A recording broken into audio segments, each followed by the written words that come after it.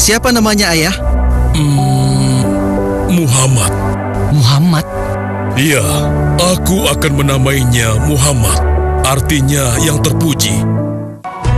Kecil sungguh memberi kebahagiaan, tidak hanya bagi keluarga Bani Hasyim, bahkan seluruh kabilah suku Quraisy menyambutnya dengan sukacita. Kemudian Abdul Muthalib mencarikan ibu susu bagi Muhammad kecil. Kita sudah berhari-hari mencari anak susuan yang dari situ kita akan mendapatkan imbalan yang cukup. Namun hingga saat ini belum juga kita dapatkan. Ya, istriku, aku mengerti.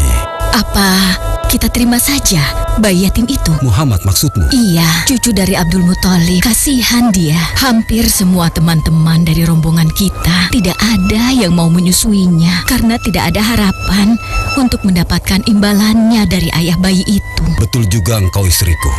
Kasihan anak itu. Aku mendukungmu jika engkau susui dia. Mudah-mudahan Allah memberikan keberkahan bagi kita. Halimah segera mendatangi Abdul Muthalib. Dia bersedia untuk menjadi ibu susu dan pengasuh bagi Muhammad kecil. Betapa gembira Abdul Muthalib mendengarnya. Halimah dari Bani Sa'ad itu akhirnya dipercaya Abdul Muthalib untuk mengasuh cucunya 2 tahun lamanya. Ayo istriku, kita berangkat sekarang. Sebentar lagi suamiku. Insya Allah kita berangkat sampai anak ini kenyang. Kalau begitu, aku lanjutkan berkemas-kemas dahulu. Hah? Ada apa suamiku? Lihat, unta dan keledai kita. Mereka demikian sehat, tidak seperti sebelumnya. Subhanallah. Betul suamiku, tidak seperti kemarin. Demi Allah, kau tidak salah memilih istriku. Kau telah mengambil anak yang dipenuhi dengan barokah. Allah melimpahkan keberkahan atas Halimah dan suaminya. Mereka pulang ke kampung Bani Sa'ad dengan penuh rasa syukur. 2 tahun berlalu sudah. Tugas Halimatus Sa'diyah sesungguhnya telah usai. Saatnya Muhammad kecil harus dikembalikan kepada ibunya. Terima kasih Halimah. Engkau telah merawat anakku dengan baik selama 2 tahun. Tidak ada yang bisa kuberikan kecuali aku berdoa. Semoga Allah memberkahi engkau dan keluargamu. Amin. Saya juga bersyukur diberikan kepercayaan dan kesempatan merawat anakmu, wahai Ibu Aminah. Namun, begini Bu, mohon maaf. Kalau boleh, izinkan aku merawat Muhammad lebih lama lagi. Aku masih sangat sayang padanya. Baiklah, kalau begitu aku setuju dengan usulmu. Bawa dan rawatlah Muhammad sebagaimana dia anakmu sendiri. Terima kasih Ibu. Terima kasih. Begitulah, Muhammad kecil kembali ke tengah-tengah Bani Sa'ad. Ia tumbuh menjadi anak yang memiliki banyak teman karena kemuliaan akhlaknya. Tatkala berusia sekitar 4 tahun, terjadilah suatu peristiwa. Muhammad, Bu! Muhammad! Muhammad? Kenapa Muhammad? Muhammad dibawa orang. Hah? Dibawa orang? Diculik? Coba ceritakan.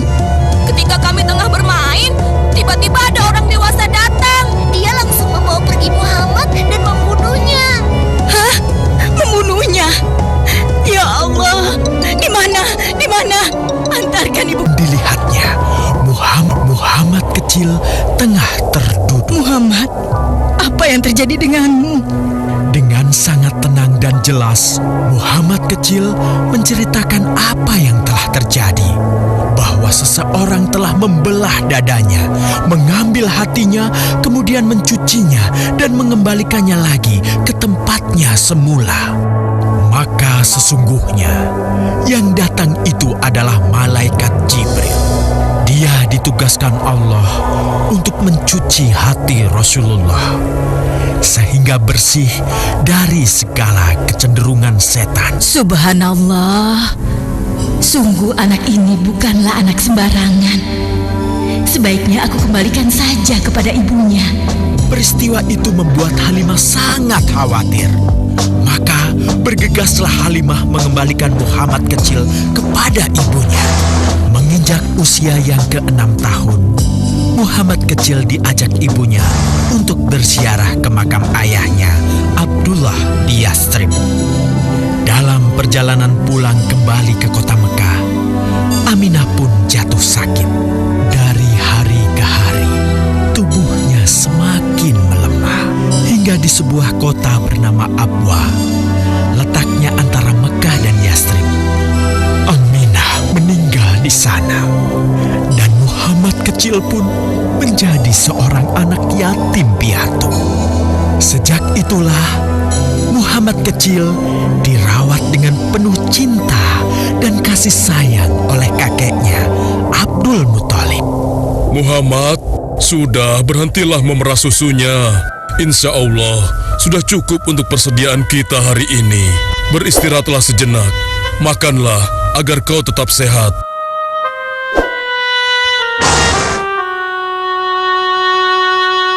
Ya Allah, betapa mulia akhlak cucuku ini. Namun, kasih sayang Abdul Muthalib tidak berlangsung lama. Saat usia Muhammad 8 tahun, Abdul Muthalib, kakeknya yang sangat menyayanginya itu, meninggal dunia. Kemudian, pengasuhan atas Muhammad pun beralih ke pamannya, Abu Thalib. Muhammad kecil tahu betul betapa sayangnya pamannya kepadanya. Di mana Muhammad? Ia tengah mengembalakan kambing milik salah seorang penduduk Mekah, suamiku. Sejak kapan dia keluar rumah? Sekitar waktu subuh tadi. Subhanallah, betapa baiknya akhlak keponakanku ini.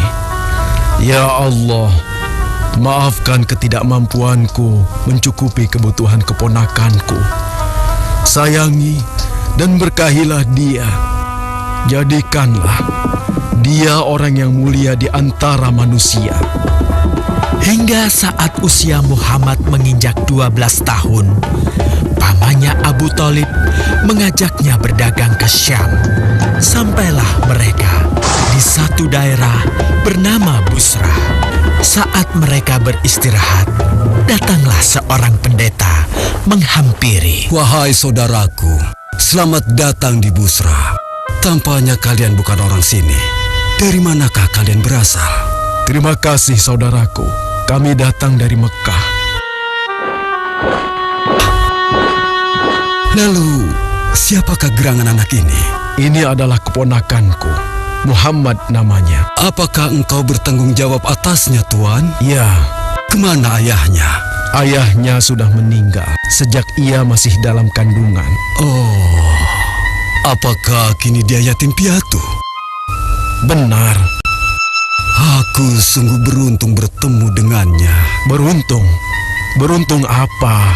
Sungguh, keponakanmu ini adalah orang yang sangat istimewa. Oh ya? Ya, dia adalah seorang nabi, seorang utusan Allah. Bagaimana kau tahu hal itu? Aku tahu karena aku seorang pendeta. Dan berita kedatangan dia sebagai seorang utusan Allah sudah disampaikan di dalam Injil. Bahkan aku pun bisa mengetahuinya dari cincin kenabian yang berada di bagian bawah tulang rawan bahunya yang menyerupai buah apel sebagai tanda kenabiannya. Begitulah pendeta bernama Bahira menyampaikan kepada Abu Thalib perihal kenabian Muhammad. Ia berpesan agar menjaga baik-baik keponakannya itu, karena Muhammad kelak di suatu saat nanti akan menghadapi banyak gangguan dan rintangan. Istriku, Muhammad sudah berusia 25 tahun. Aku pikir sudah saatnya dia untuk menikah. Betul, suamiku. Namun, dengan siapakah dia akan kita jodohkan? Kemarin Khadijah mengirimkan utusannya dan menyatakan keinginan Khadijah untuk menjadikan Muhammad sebagai suaminya.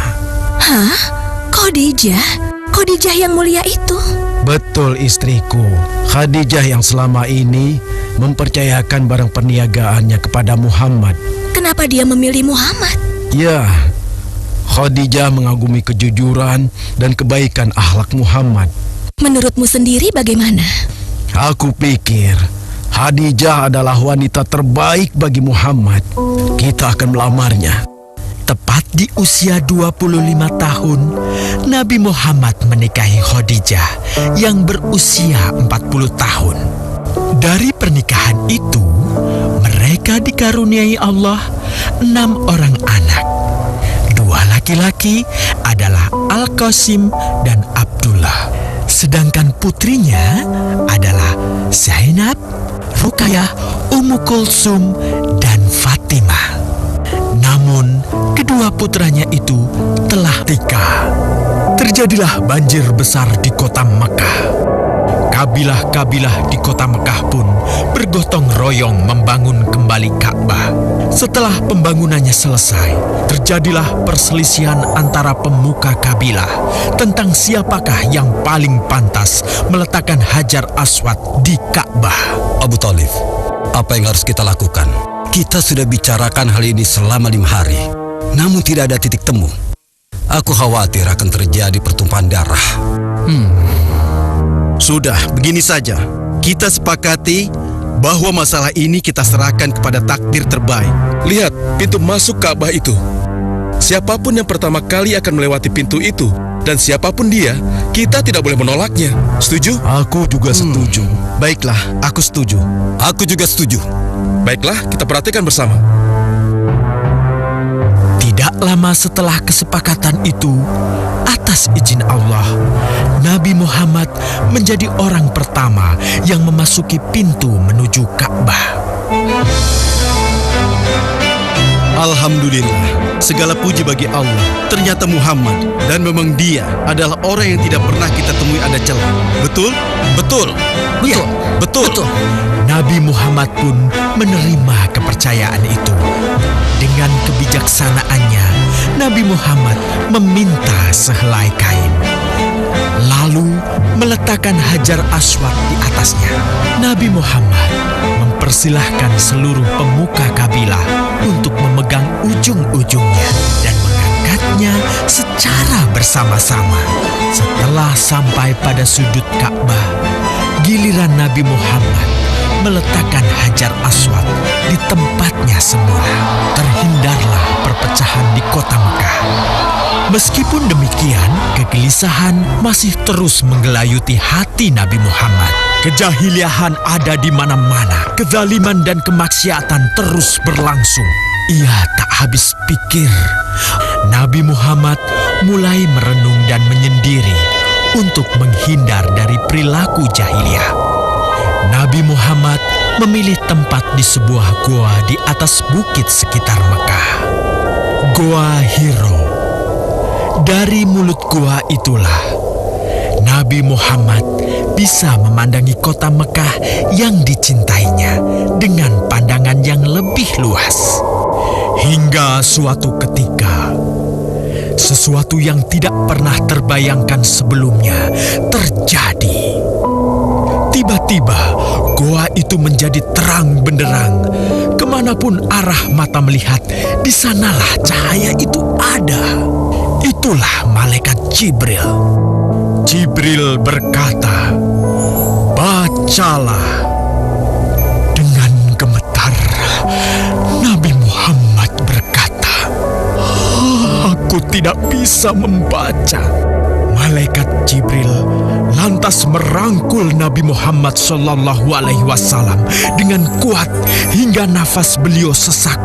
Seraya berkata lagi, "Bacalah." Sampai akhirnya malaikat Jibril membantunya setelah merangkulnya dan menyuruhnya membaca hingga 3 kali. Kemudian malaikat Jibril membantunya membaca.